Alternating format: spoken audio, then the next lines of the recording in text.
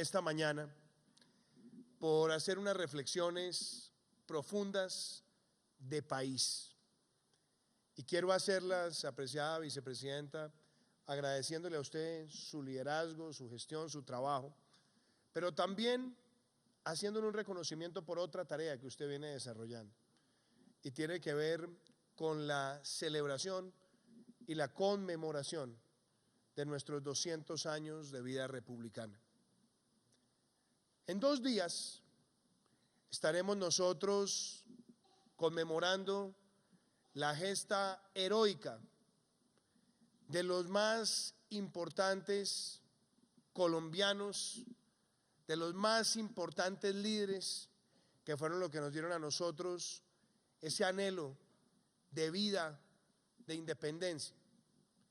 Estaremos reconociendo la labor de Santander, la labor de Bolívar, por supuesto, de Anzoátegui, de Córdoba, de Sucre, pero también reconociendo a esos lanceros que nos dieron la gloria, desprovistos de sofisticados armamentos, pero llenos de valentía. Estaremos reconociendo la labor de Inocencio Chincá, estaremos reconociendo a todos esos labriegos que acompañaron la gesta libertadora mientras se atravesaba el páramo de Pisba, dándole alimentos, protección y cobijas a quienes se encontrarían en la batalla sublime que nos dio la independencia.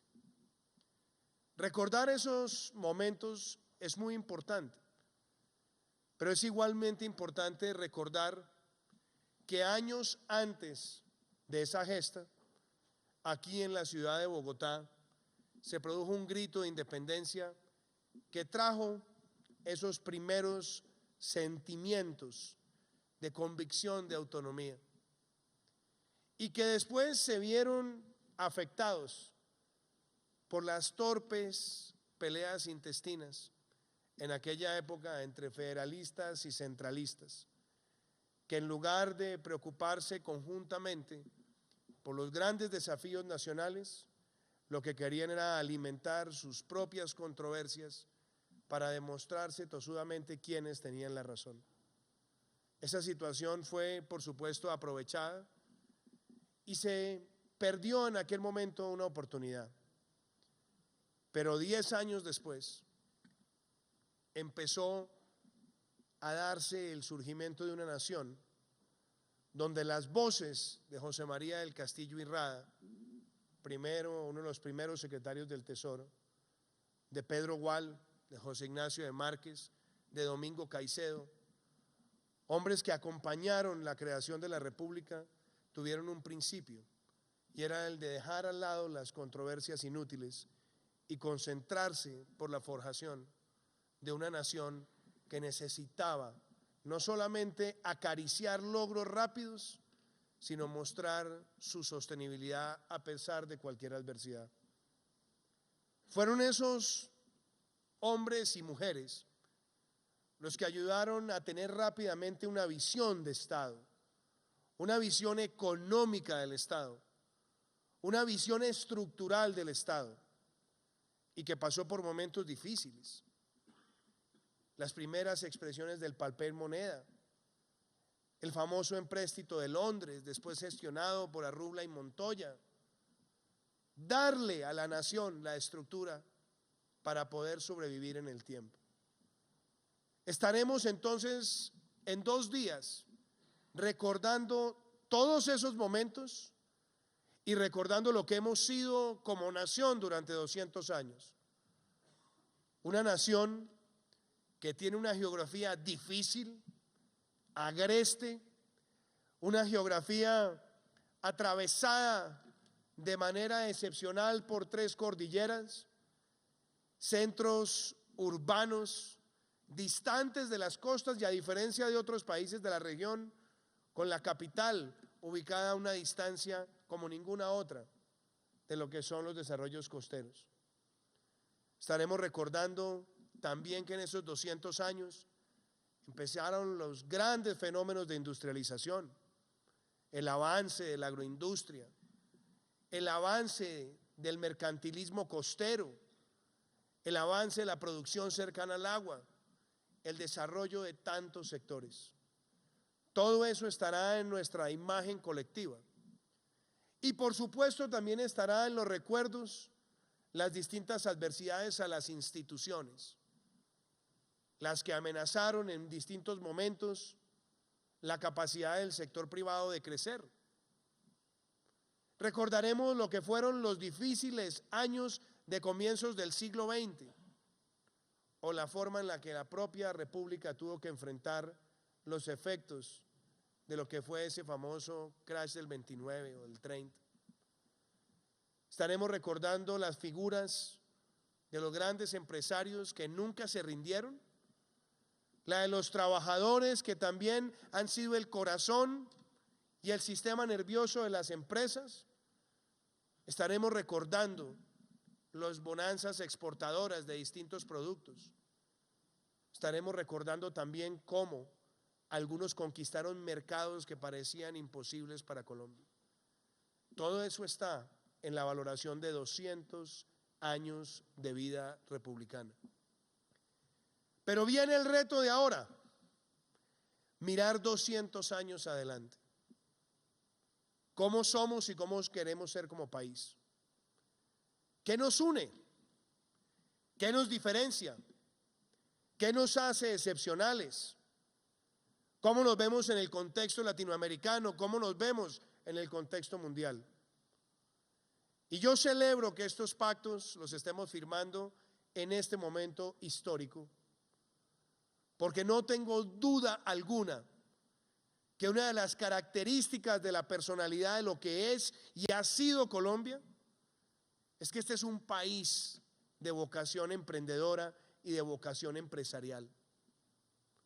De muchos que empezaron pequeños y se convirtieron en empresas que hoy recorren el mundo. De otros que han sido empresas medianas, pero que han sostenido su existencia en el tiempo, generando empleos, dando esperanzas y generando optimismo. Y hay algunos que en medio de su proceso personal han logrado ver en la microempresa o en la famiempresa también una manera de independizarse de tantas adversidades pensando en el mejor futuro de sus hijos. Esas condiciones y esas características las tiene Colombia. Y por eso nosotros no podemos, bajo ninguna circunstancia, dejar de ver el contexto en el cual nos estamos moviendo con ese espíritu empresarial que ha definido a Colombia. Las expectativas de crecimiento de este año para América Latina, hace pocos días las veíamos en la asamblea del BID celebrada en Ecuador, no son buenas. Un crecimiento que escasamente puede llegar al 1%. Hay algunos que ya hablan del 0.5%.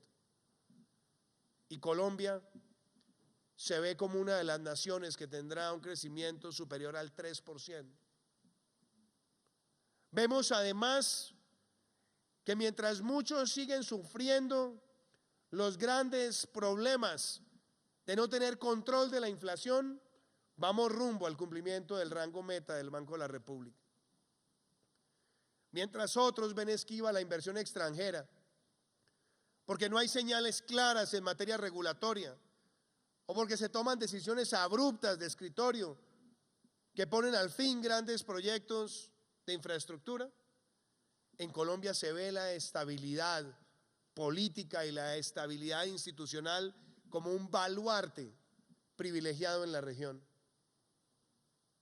Mientras otros están viendo crecer el déficit fiscal con ese apetito pantagruélico muchas veces del Estado para satisfacer presiones políticas, nosotros transitamos este año hacia el primer superávit fiscal primario desde que existe la regla fiscal. Y esas son características de nuestro país que tenemos que saber ondear, que tenemos que saber mostrar y que además se resalta cada vez que llegamos a un mercado y aparece el apetito de inversionistas preguntando por Colombia. Y entonces la pregunta que a veces nos hacemos, ¿Qué será que a veces no nos gusta darnos cuenta del progreso? Y estamos pendientes muchas veces o de la ponzoña, o de la crítica, o del mero ataque rutinario en materia política. Yo creo que hoy nosotros tenemos que mirar a Colombia con ese lente claro de una nación que tiene un potencial que se cimienta en la realidad. Yo he creído toda la vida en la iniciativa privada. Y he creído que los países que transitan hacia los grandes descalabros políticos son aquellos donde se deja que surja un discurso sectario por demás, segregacionista, discriminador, polarizador, que quiere vender a todo el que genera empleo bajo el término rico para tratar de promover la lucha de clases y por esa vía consolidar aspiraciones políticas. Son muchos los países de América Latina que han sufrido esos descalabros. Y los han sufrido porque no se ha entendido y no se ha defendido con ahínco lo que es el espíritu empresarial, que no tiene clase social, que no se estructura en los ingresos de nadie, sino que es la más viva expresión de lo que es el talento, la creatividad y el empuje y la innovación individual. Y defender el espíritu empresarial es defender la democracia misma, el Estado de Derecho mismo, y darnos cuenta que donde hay un empresario hay un valiente que está dispuesto a tomar riesgos, generando empleo para producir impacto positivo en la sociedad. Por eso nunca he tenido dobleces en esa materia y siempre he creído que el triunfo del micro, del pequeño, del mediano y del gran empresario es el triunfo de Colombia. Y por eso este gobierno reconoce en la iniciativa privada un motor que nosotros le hemos llamado el motor del emprendimiento dentro de nuestra visión de país, y seguiremos siempre apostando por ese camino, porque ese ha sido el camino que diferencia a Colombia en Latinoamérica.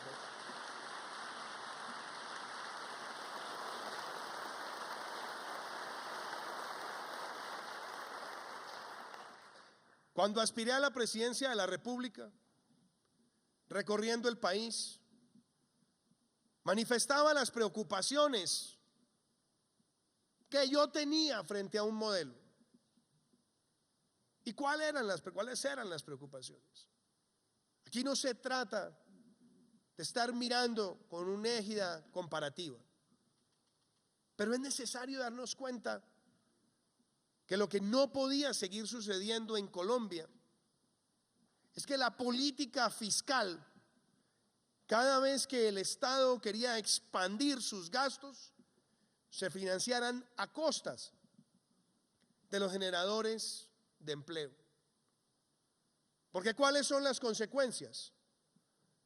El Estado quiere gastar más y entonces le pasa la cuenta tributaria a los generadores de empleo.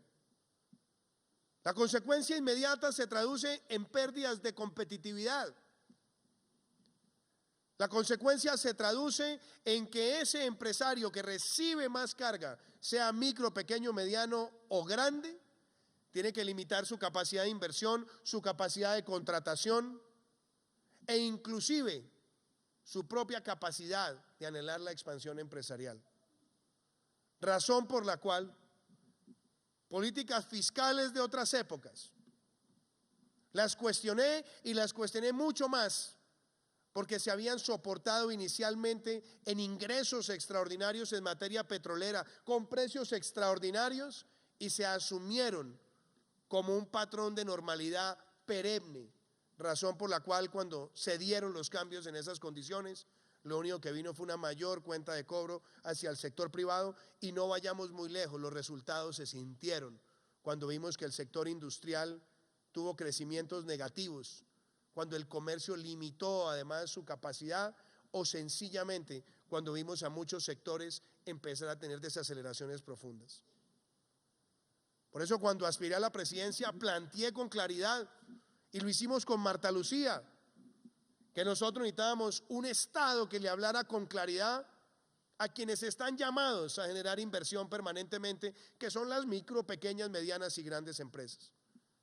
Y la apuesta tenía que empezar por eliminar distorsiones, por reducir la carga tributaria excesiva, motivar más inversión y que esa inversión también empezara a traer repercusiones sobre el mercado laboral para generar también esa hermandad entre el desarrollo empresarial y la generación de equidad.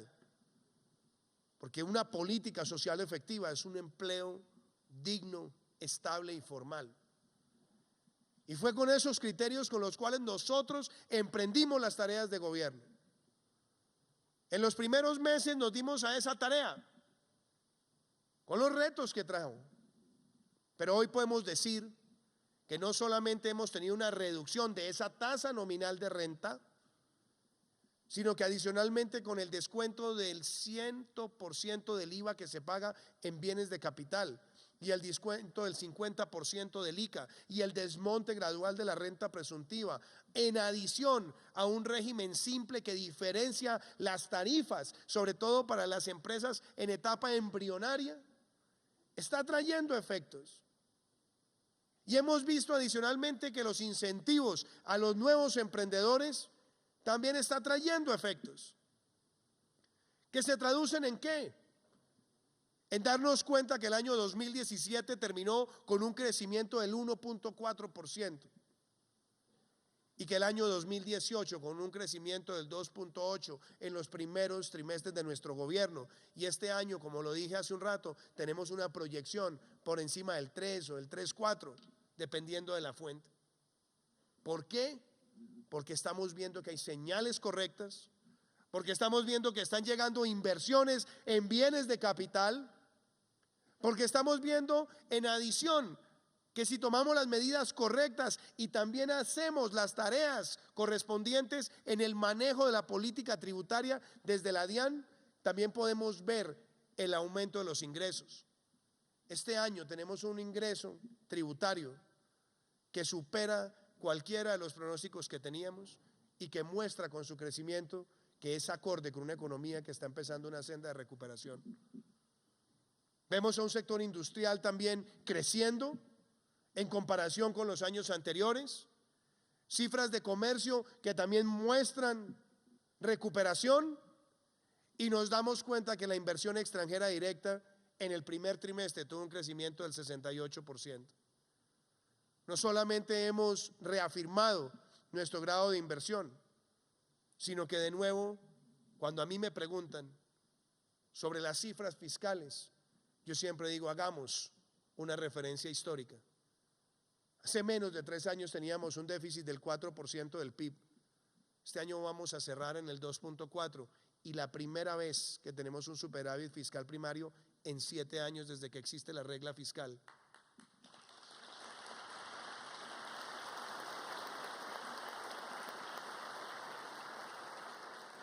Y óigase bien, este año tendremos la mayor reducción del déficit fiscal desde que existe también la regla. ¿Por qué? Porque entendemos que la salud fiscal es también fundamental para el desarrollo empresarial, porque da predictibilidad y sobre todo con bajos niveles de inflación y con altos niveles de inversión. Pero no nos podemos conformar, ni queremos conformarnos. Colombia merece mucho más. Nosotros tenemos que acariciar crecimientos superiores al 4 o al 5%. Yo muchas veces he planteado esto en los foros donde ustedes me han invitado. Estuve en el Consejo de la OCDE el año pasado, siendo el primer presidente colombiano en ejercicio que habla ante ese plenario ya como miembro. Y yo miraba a todos los países a mi alrededor, ingresos per cápita superiores a $30,000 y nosotros por debajo de 8,000. Y aunque estemos allí sentados y eso sea algo que también nos llene de orgullo, tenemos que ser conscientes que para alcanzar esos niveles de ingreso de otros países y hacerlo rápido, porque esto no puede ser una demora eterna, tenemos que tener niveles de crecimiento superiores al 7% para hacerlo en 2 décadas. Por eso nosotros no nos conformamos, ni podemos conformarnos. Por eso nosotros entendemos que al sector privado también hay que convocarlo a mirar cuáles son los cuellos de botella y cuáles son las adversidades. Por eso lanzamos ese programa Estado Simple, Colombia Ágil, que ya tiene más de 1.100 trámites intervenidos, digitalizados o eliminados para facilitar las condiciones de inversión en el país. Por eso hemos hecho una apuesta clara con fábricas de productividad y acompañar a las empresas para mejorar sus indicadores, para mejorar sus oportunidades de exportación, ser más eficientes en el uso de energía e inclusive mejorar toda la estructura de procesos y automatización. Por eso también estamos comprometidos con la apertura de mercados, porque no nos sirve a nosotros de nada hablar de exportaciones cuando nosotros somos uno de los países con los cuales nos podemos comparar en América Latina con el más bajo porcentaje de exportaciones como porcentaje del PIB. Y ahí es donde nosotros tenemos que mirar a las exportaciones no tradicionales y tocar la puerta de los mercados con efectividad, con una diplomacia sanitaria y fitosanitaria, llegando como lo hicimos hace pocos días a la China, abrir un mercado de 4 millones de cajas de banano que representan 40 millones de dólares, de abrir el mercado del aguacate Hass, dejar preavanzado los convenios protocolarios para la exportación de carne, ver cómo llega muy pronto el pimentón rojo a los Estados Unidos, o cómo llegó la guanábana a Guatemala, o el aguacate Hass a la Argentina, o la piña al Perú. Tenemos que estar abriendo mercados todos los días y pensar en la inserción de Colombia en las cadenas globales de valor, sean autopartes, aeropartes, demás productos industriales. Ver dónde está el valor agregado tecnológico, teniendo el primer centro para la 4ª revolución industrial en un país hispanoparlante, de la mano con el Foro Económico Mundial. O recientemente haberle podido mostrar al mundo que tenemos para los emprendedores nacientes 0 impuesto de renta durante los primeros 7 años a cambio de un mínimo de inversión y un mínimo de puestos de trabajo. Todas estas cosas las estamos haciendo y a mí me llena de alegría ver cómo en la ciudad de Londres, en ese famoso encuentro que se llama el Colombia Inside Out, nos decían los inversionistas: queremos ir a Colombia.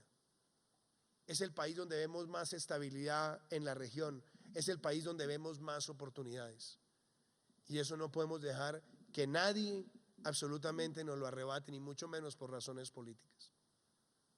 Dicho todo esto, apreciados amigos, yo quiero hacerle una exaltación a nuestra vicepresidenta, mi compañera de equipo, mi compañera de trabajo, porque nos hemos sentado desde hace mucho tiempo a hablar sobre cómo unir al sector privado de nuestro país en una agenda de corto, mediano y largo plazo. Y le he pedido a Marta Lucía que lidere estas conversaciones con los distintos gremios que se traducen hoy en estos pactos. Hoy se firman 12 con más de 500 compromisos y faltan muchos más, porque no son pactos de lugares comunes, sino son medidas concretas, sector por sector, con 2 grandes objetivos: cómo crece más el sector y cómo se generan más puestos de trabajo. Y esto no es, como algunos han tratado siempre de caricaturizar, es que el gobierno le da gabelas a los empresarios. No, aquí no se dan gabelas a los empresarios. Aquí se hace una apuesta por el crecimiento y la generación de empleo a partir del más importante motor que puede tener una sociedad democrática, que son sus micro, pequeños, medianos y grandes empresarios.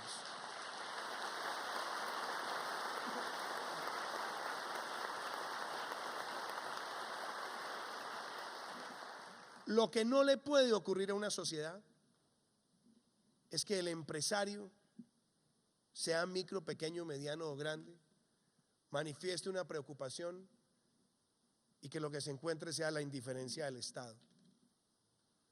Porque hoy y en el mundo de hoy, esa mera indiferencia ya es una razón suficiente para migrar o para no invertir. Todos los empresarios deben sentirse con la tranquilidad de llegar a un Estado que los escucha, que los entiende y que tiene que buscar cómo hacerle más fácil la vida en función de la generación de empleo en una sociedad. Eso implica que tengamos un INVIMA riguroso en el cumplimiento de sus funciones, pero amigable y comprensivo cuando se trata de atender una solicitud de un empresario que necesita una licencia para poder operar con su producto. Que tengamos un ICA capaz también de entender las realidades de todos los que están trabajando en el campo de nuestro país, de tener unas agencias ambientales que tengan todo el rigor, pero que también tengan toda la celeridad, porque cada atraso significa un sobrecosto al momento de llegar a trabajar en Colombia. Que tengamos los sistemas de supervisión y de inspección rigurosas, sí, para hacer cumplir la ley, pero sobre todo pedagógicas, antes de creer que es solamente la drasticidad lo que les merece sus fundamentos ante la Constitución. Y por supuesto, los sectores de los cuales estamos haciendo referencia hoy, en el cacao, por ejemplo, que tengamos el acompañamiento para encontrar los compradores, que profundicemos los esquemas de agricultura por contrato, que podamos manejar la diplomacia frente a las preguntas que puedan existir en mercados sobre los niveles de cadmio, pero que el empresario se sienta acompañado. En el caso del turismo, no solamente lo que ya hemos hecho en materia de registros, sino también en tener una normatividad transparente para que no haya abusos de la ilegalidad, para que la ilegalidad no sea una amenaza, para que podamos conciliar un país que tuvo en el 2018 el mejor año del turismo de su historia y que tiene que ser mejorado este 2019. Que lleguemos rápidamente a esos 6 millones de visitantes no residentes. Que tengamos los sistemas digitales apropiados para la comercialización. Que podamos abrir mejores rutas turísticas y ecoturísticas en el territorio. En el caso de la carne, que también es un pacto al cual se hace referencia hoy, lo vimos en la China, un mercado que está disponible, pero para hacerlo necesitamos no solamente fortalecernos en la rápida declaratoria de Colombia nuevamente como país libre de aftosa, sino que tengamos una mejor cadena, que tengamos además una connotación de manejo de frigo que nos permita a nosotros ganar cada vez más confianza y que tengamos también el desarrollo de productos sostenibles bajo esquemas silvopastoriles que cada vez son más apreciados en los mercados exquisitos del mundo. Que podamos con las instituciones sectoriales entender que hay que hacer un esfuerzo grande para que aumente el consumo de lácteos en el país, sobre todo en los niveles de menor ingreso de la población. Y todo esto lo hablamos, lo concertamos y está presente en los pactos. Los alineamientos en el sector de alimentos procesados, importante. Lo que se ha planteado en materia de moda, donde nosotros podamos posicionar la marca y el diseño nacional en otros lugares y donde ganemos más competitividad y donde también seamos capaces de invitar a que muchos de los comercializadores, antes de mirar hacia el exterior, también le den la oportunidad a la mano de obra local. Que podamos mirar todos los regímenes para enfrentar el contrabando, porque debo decirlo, también en este año de gobierno hemos producido los golpes más importantes a ese contrabando de productos textiles en el país. Falta mucho, pero hemos dado pasos. E inclusive me atrevo a decirle lo siguiente, apreciados amigos, en lo que va corrido este gobierno, en tan solo un año se han instaurado el 20% de las medidas antidumping que ha tenido Colombia desde que existen esas medidas.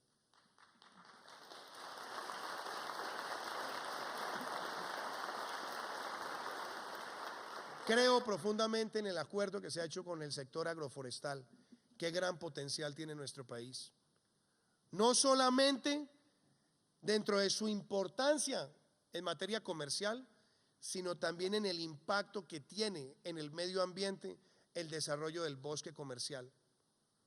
Porque la relación y la proporción es muy importante y va alineada con un gobierno que en un año logró parar por primera vez en más de 10 años el desangre deforestador y empezar a tener tendencias decrecientes. Lo que se ha planteado en materia de Business Process Outsourcing.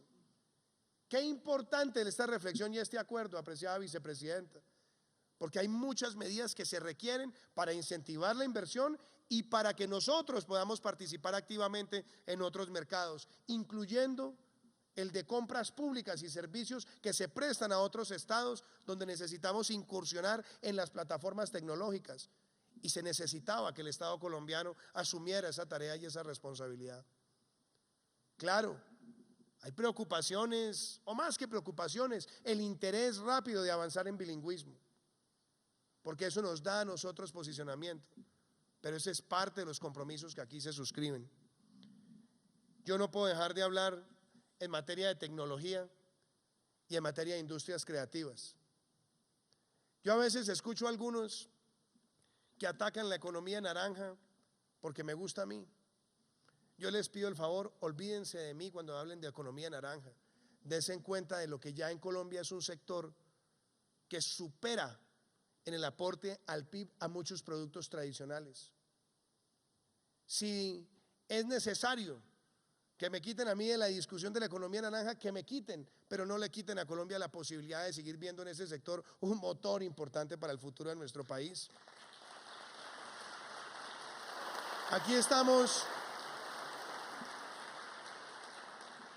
estamos hablando de la cadena audiovisual, que ya con el plan de desarrollo tiene todos los beneficios que tenía antes la ley del cine y que se extienden a toda la cadena y que va a ser de Colombia el lugar predilecto para la realización de series para las grandes plataformas de OTT y las propias que tengamos en América Latina. Extenderle también esos beneficios al resto de la cadena creativa, al teatro, al cine, a la música, al diseño, a la arquitectura, a la publicidad, sectores que sumados hoy representan casi lo mismo que representa la minería en el PIB. Son sectores que ya están y que necesitamos es promoverlos con dinamismo. Y en materia de tecnología, Colombia tiene que convertirse, y lo tiene todo para convertirse en el lugar de América Latina donde se estén dando las grandes transformaciones en materia de Internet de las cosas, inteligencia artificial, tecnologías de encriptación de seguridad como las que trabajan con el fintech a partir del blockchain. Lo vimos en San Francisco, donde me acompañó un grupo de empresarios. Las grandes incubadoras quieren ver a Colombia. 500 startups en San Francisco, Y Combinator, Ecole 42 que viene de Francia, Gangnam Park como lo vimos en Shanghai, todos viendo a Colombia como el lugar donde están esos nuevos emprendedores de la tecnología en América Latina. Y en muy pocos días lanzaremos ese ecosistema que se llama Se Emprende, donde estarán los empresarios jóvenes, donde estarán esos emprendedores de la tecnología, los proveedores de fondos, los facilitadores de regulación, porque tenemos que soñar y hacer ese sueño realidad de convertir a Colombia en ese Silicon Valley de América Latina. Lo tenemos todo para hacerlo. Entonces, 12 pactos que se firman hoy en sectores altamente estratégicos. Más pactos que se firmarán en un mes para que Colombia crezca más, porque nuestra meta es poner esta economía a crecer por encima del 3, del 4 y del 5. Así no lo logre totalmente en los próximos 3 años. Hay que dejar el país a que supere esas tasas de crecimiento, porque aquí se trata de pensar en grande y no con la mezquindad de tratar de mirar hacia el futuro sin saber cuál es el destino que le espera a quien llegue a la presidencia en el 2022. Aquí se trata es de construir políticas de Estado para que quienes vengan después puedan seguir trabajando con esa misma pasión por nuestro país. Y quiero decirles esto para finalizar. Estos acuerdos, estos pactos, son para que lleven indicadores de monitoreo permanente. Seguramente habrá algunos que avanzarán más rápido que otros. Seguramente habrá otros que van a demandar más, pero no importa, ahí están plasmados y están plasmados para que Colombia piense en grande. Yo quiero decirles esto. Uno siempre hace las reflexiones después de un año de gobierno. Un año pareciera mucho. Algunos dicen que no es tanto. Pero lo cierto es que en un año yo puedo mirarlos a ustedes a los ojos y decirles que hemos cumplido con lo que nosotros queríamos dar como visión desde el Estado para el desarrollo empresarial. Nos quedan 3 y en estos 3 años vamos a trabajar para cumplir cada uno de estos pactos, para que Colombia crezca más y para que se cumpla también ese pacto que está aquí planteado de generar cientos de miles de empleos. Colombia ha mostrado su resiliencia este año, porque si bien a mí también me preocupa cifras de empleo, como lo dije hace unos meses, y trabajamos para resolverlas, yo también quiero decirles que una de las grandes fortalezas que tiene Colombia es que ya estamos viendo esa recuperación del mercado con las cifras que arrojó el DANE la semana pasada, que no nos llenan ni de triunfalismo ni de complacencia, pero que un país sea capaz de sortear esas adversidades, sufriendo la más grave crisis migratoria que haya tenido América Latina en su historia, lo que muestra es que Colombia es un país fuerte y no un país enclenque. Y que además con esas condiciones estemos creciendo por encima del promedio regional y por encima del promedio mundial, también nos motiva a nosotros para ser mejores. Yo cierro diciéndole esto, querida vicepresidenta. Gracias por haber materializado este anhelo y este propósito que hoy empieza con estos 12 pactos. Gracias a todo el equipo de gobierno, a los ministros, a las viceministras, a los directores y directoras de agencias. Y yo sé que algunos por ahí les dicen que son excesivamente técnicos. Yo lo que les puedo decir es que ustedes han demostrado que son, como deben ser, excesivamente patrióticos, pensando en el interés general y no en intereses políticos.